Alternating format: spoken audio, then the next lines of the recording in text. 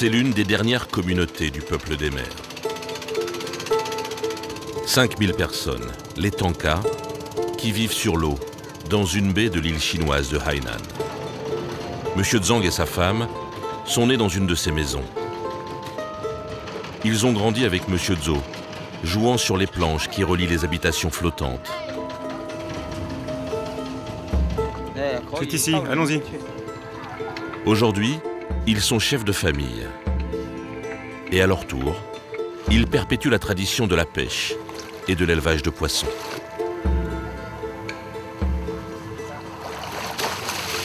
Ce sont des mérous d'élevage. C'est ce qu'on vend mieux en ce moment. Celui-ci fait 2 kg, 2,5 kg. Ici, nous sommes dans la baie de Chinchun. Et ça, ce sont les pontons flottants des Tanka. Et là, ce sont les poissons que nous élevons nous-mêmes. Nous, les Tanka, nous élevons principalement des mérous. Dans le passé, les Tanka vivaient sur des pilotis. Les empereurs ne nous autorisaient pas à venir sur la terre ferme. Le peuple des mers n'a pas choisi son destin dans l'histoire chinoise. Il n'était tout simplement pas autorisé à vivre sur Terre. Cette fatalité est devenue une culture, un art de vivre. Sur toutes les mers du sud de la Chine, jusqu'à Hong Kong, les Tanka ont fait partie du paysage de l'Empire du Milieu.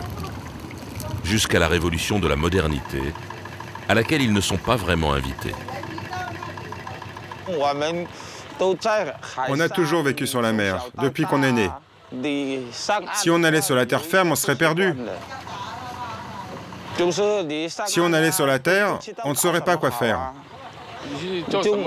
Oui, quel business pourrait-on faire?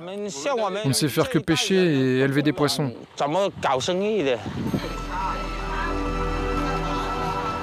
Pendant que les Tanka élèvent leurs mérous, sur Terre, le monde a basculé.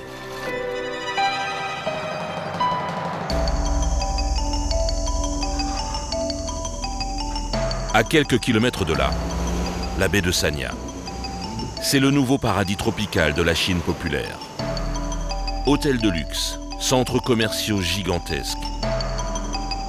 Maîtres nageurs et surfeurs comme en Californie. L'île de Hainan rêve du modèle américain.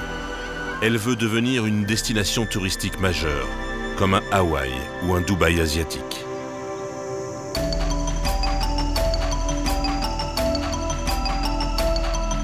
Tout au sud de la Chine, l'île héberge aussi les principales bases navales militaires du pays. C'est le port d'attache des porte-avions et des sous-marins nucléaires de Pékin. En quelques années, la mer des Tanka a dû laisser la place au projet pharaonique de la Nouvelle Chine.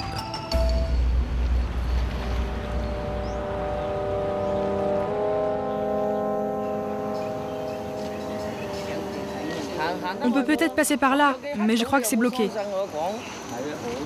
Monsieur Li a 86 ans. Il y a quelques années, sa maison flottante était posée ici. On habitait juste là. La digue a été construite depuis l'autre côté jusqu'ici, de ce bord là-bas.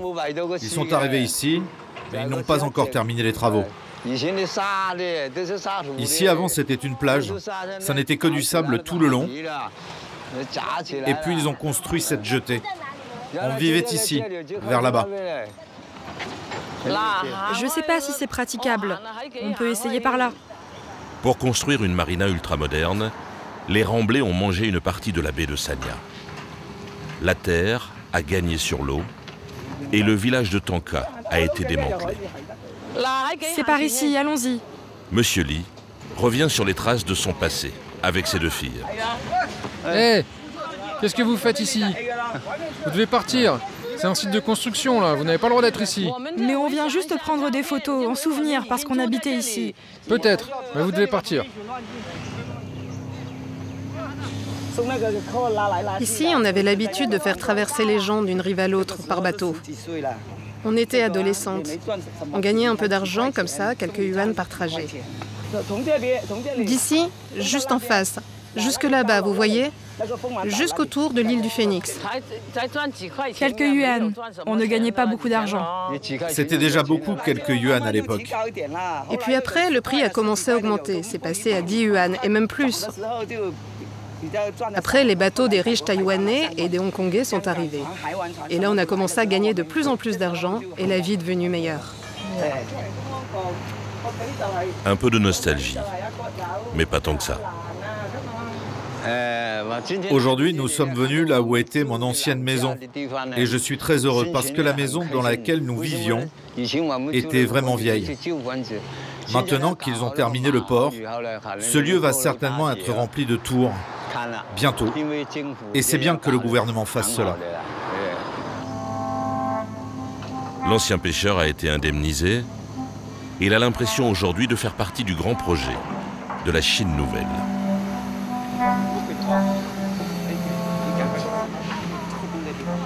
Avec l'argent du gouvernement, Monsieur Li s'est offert une petite maison et de quoi vivre sa retraite avec son épouse. Les souvenirs de la vie d'avant, il en reste très peu. Une enveloppe, quelques clichés jaunis et une photo en capitaine. Oh, c'était il y a des lustres, ça.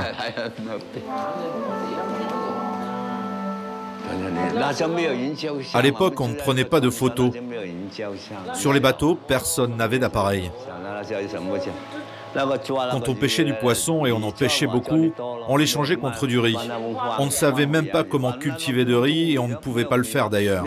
On n'avait pas non plus de légumes ni de thé, donc on faisait des échanges. En améliorant la vie matérielle des Tanka, Pékin parvient à les convaincre, un par un, de laisser leur place sur la mer. Monsieur Li affirme qu'il n'a pas de regrets. Il préfère sa vie sur Terre. Mais il sait aussi qu'il n'avait pas le choix. C'était impensable pour nous de quitter cet endroit, mais le gouvernement avait besoin de place, donc on était obligé de partir. C'est impossible de ne pas obéir, c'est impossible de ne pas écouter le gouvernement, car dans ce cas, on n'est pas indemnisé. On peut soit choisir de garder sa maison ou bien toucher des indemnités financières. C'est comme ça que ça marche avec le gouvernement. Si vous aviez 100 mètres carrés, vous touchiez plus de 200 000 €. Qui aurait refusé? Il y en a qui ont fait fortune grâce à la démolition de leur maison. On chante une chanson de pêcheur?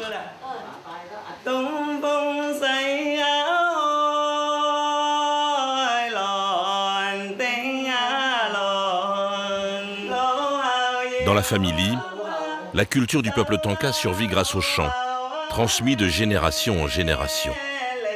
Des histoires de marins disparus, des histoires de tempêtes homériques.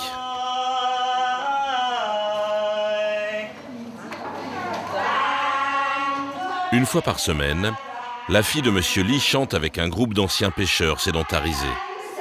On reprend les mêmes airs traditionnels, mais avec de nouveaux refrains.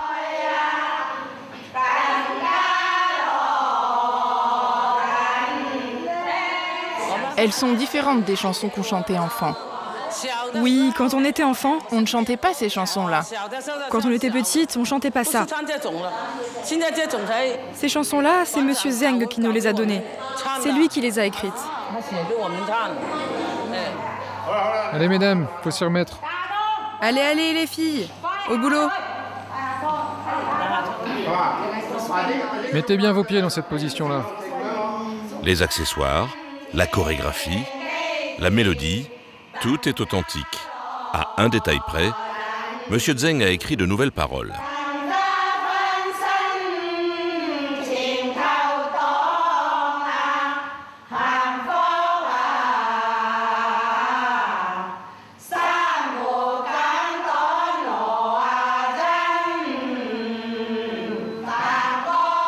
Le chef de cette chorale, Monsieur Zeng, est également secrétaire de la section locale du Parti communiste chinois.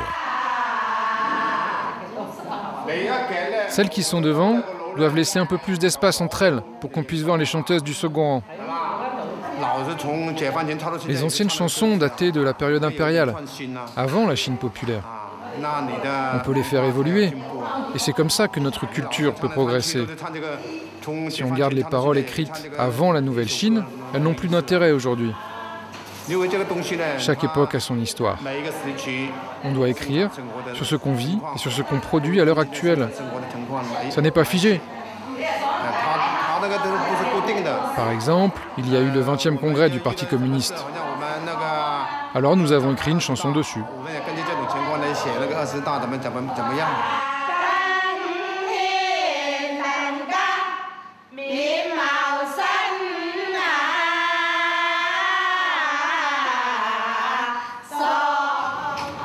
Les cours de chant de M. Zeng se déroulent dans un musée qu'il a patiemment construit. Sur 6000 mètres carrés, toute la culture du peuple des mers est exposée. M. Zeng lui-même a grandi sur la mer, avant de prendre des responsabilités sur terre. Grâce à ce musée, les visiteurs et nos concitoyens peuvent en savoir plus sur l'histoire des Tanka. Les mauvaises langues pourraient dire « Comment ça? Les Tanka ont une culture ?» Donc ici, nous mettons en valeur leur culture. Au Tibet ou au Xinjiang, on trouve également des musées qui affirment que le sort des minorités locales s'améliore et qu'on préserve leur culture. Lorsqu'une communauté fait obstacle aux ambitions de Pékin, elle est souvent réduite à son folklore. Ce qu'il en reste devient alors une attraction pour les touristes chinois. Yo a 31 ans. Il est né ici, dans la baie de Xinchun. 600 maisons et près d'1 millier de personnes sur ce village Tanka. Habituellement, nous élevons des mérous et d'autres poissons des mers du Sud. Mais tout pourrait être bientôt démoli. Il y a de moins en moins de pisciculture et de moins en moins de gens qui vivent sur les radeaux. Depuis 2 ans, le gouvernement chinois multiplie les expropriations dans cette lagune. Objectif, dégager une zone maritime de 22 km² pour y bâtir un tout nouveau port de pêche. Yo est célibataire, c'est le cadet de sa famille. Il partage une chambre avec sa sœur, sa nièce et son neveu. Voilà ma chambre, juste là. Bon, elle n'est pas très rangée en ce moment. Cette pièce est celle qu'occupent mes parents. La décoration est très simple. Il n'y a pas de matelas ici. On déplie des paillasses et on les déroule par terre tous les soirs. Et là, il y a un autel pour prier en mémoire de nos ancêtres. Enfin ici, il y a le restaurant. Les parents de Yo ont abandonné la pêche. Ils ont ouvert un restaurant. Tous les jours, sa mère y prépare une soupe traditionnelle de riz, de poisson et de crabe qu'ils vendent aux touristes. Les Zhou gagnent aujourd'hui leur vie grâce à ces visites guidées. Toute la journée, des bateaux-bus déposent des centaines de touristes. Ici, on peut voir des mérous et aussi des mérous géants. Oui, des mérous géants. Les Tankas sont devenus des attractions, un spectacle vivant pour les Chinois du continent.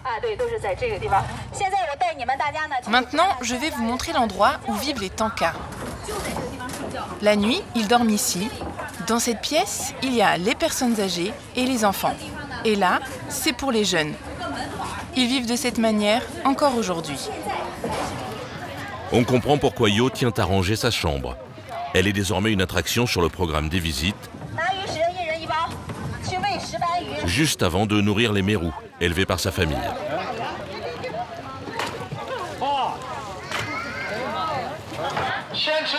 On peut d'abord manger le congui et ensuite aller nourrir les poissons. Et rappelez-vous, hein, c'est l'oiseau qui se lève tôt qui attrape les vers.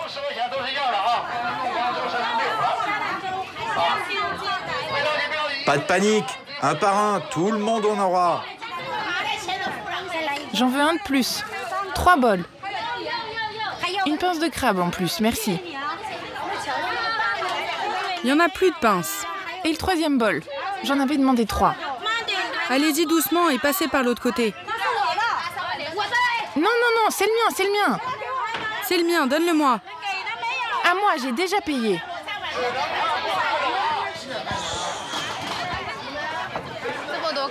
Vous n'aimez pas parler aux touristes?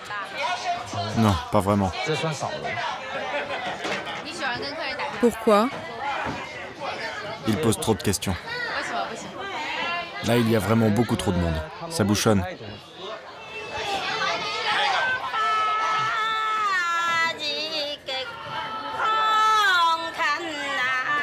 Pour Yo et sa famille, le tourisme est tout autant une manne financière qu'une menace sur leur tradition. Alors, dès qu'il le peut, le jeune homme s'échappe pour renouer avec ses véritables racines.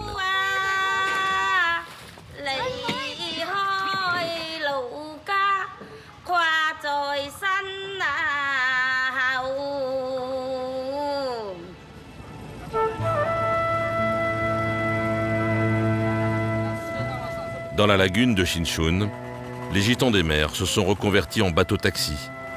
Ils assurent le transport des marchandises et des touristes. 500 000 personnes visitent la baie tous les ans. C'est 15 € la balade. Le ticket d'entrée dans ce musée à ciel ouvert.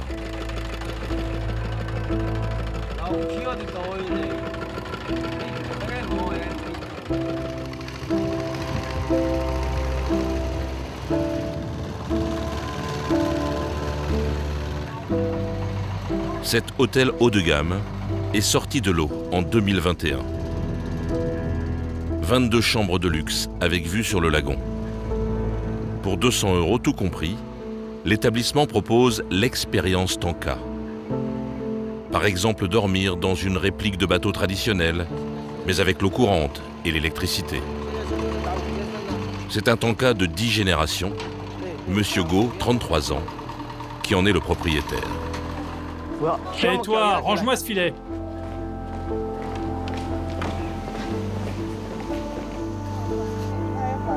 On propose aux clients des tours de kayak transparents ou encore tous les matins, la relève des filets de pêche.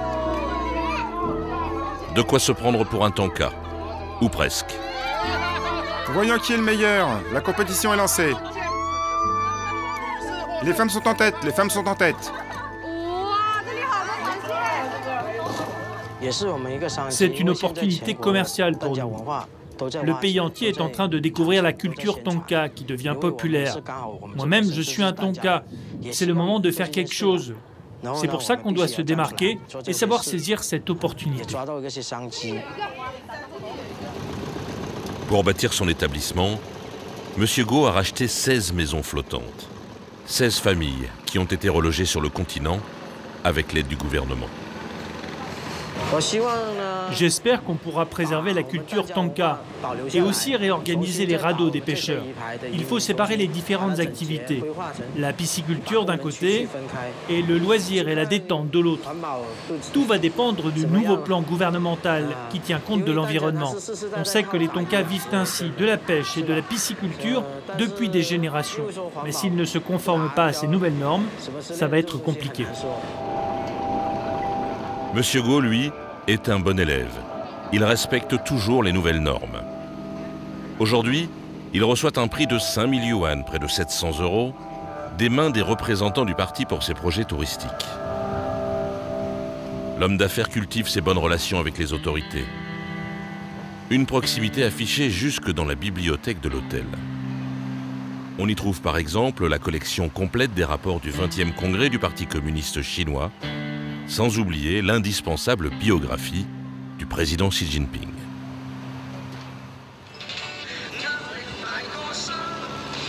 Monsieur Zhang, le pêcheur de la baie de Shinchun, n'habite pas lui dans une maison flottante.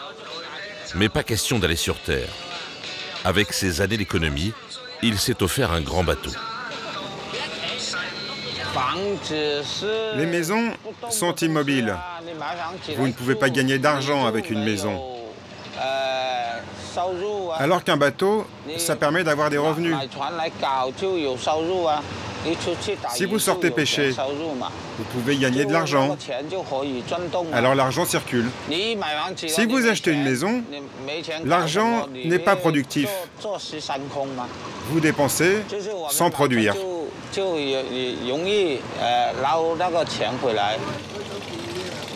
Le capitaine Zhang et sa femme ont 45 ans. Ils ont 2 enfants et un petit-fils. Ce bateau, c'est leur gagne-pain et la maison familiale.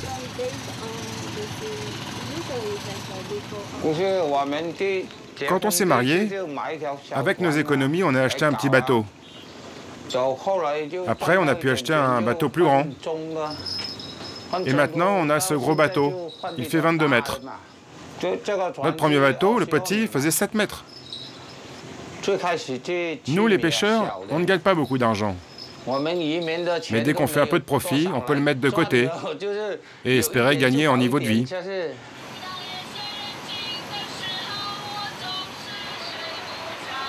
C'est une existence difficile, rythmée par l'incertitude des saisons de pêche et par la violence des typhons.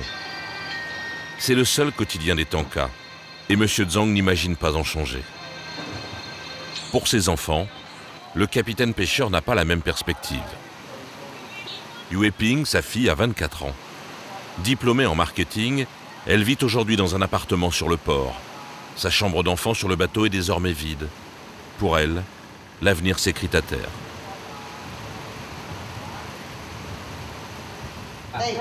Allez, allez, on trinque. Bon, c'est comme ça qu'on dîne, nous. On fait toujours un dîner simple comme celui-ci. Un dîner simple, un plat typique Tanka, fondue chinoise à base de poissons et de fruits de mer dans une sauce à l'ail. Monsieur Zhou, l'ami d'enfance, est un invité permanent avec sa famille. C'est une vie en communauté. Ils sont conscients d'être probablement la dernière génération à la partager. Avant, un Tanka épousait forcément un Tanka. C'est le destin qui décidera. Rien n'est sûr. C'est le destin qui choisira si tu épouses un Tanka ou pas. Et toi, tu veux épouser un Tanka? Épouser un pêcheur? Faut que j'en discute avec mes parents pour voir s'ils le veulent ou non. Ça dépend d'elle. Elle est libre de choisir. Allez, on trinque. Les enfants pourront choisir leur mari, ils pourront aussi choisir leur destin, ils ont fait des études. Leurs parents, eux, n'avaient pas le choix. Nous, les Tanka, on pêche, on fait de l'élevage de poissons. On ne sait rien faire d'autre. On ne peut compter que sur la mer, on dépend d'elle. Alors que les gens qui vivent sur Terre, ils peuvent compter sur leur ferme, la culture de la Terre. On est différents et ils peuvent faire des affaires, eux. J'ai un fils et une fille. Je ne veux pas qu'ils aient une vie aussi dure que la nôtre. Ils ne sont pas allés dans des petites écoles locales. Ils sont allés loin pour être dans de bonnes écoles. On a mis beaucoup d'argent dans leurs études.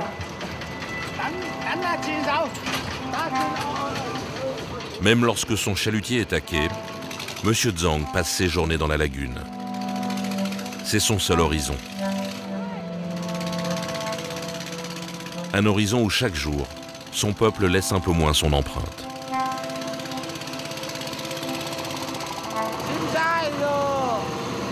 Je ne peux pas vous dire si tout ça va disparaître. Je sais pas. On est un peu inquiet parce que la vie devient de plus en plus confortable. Alors oui, il est possible que tout cela disparaisse.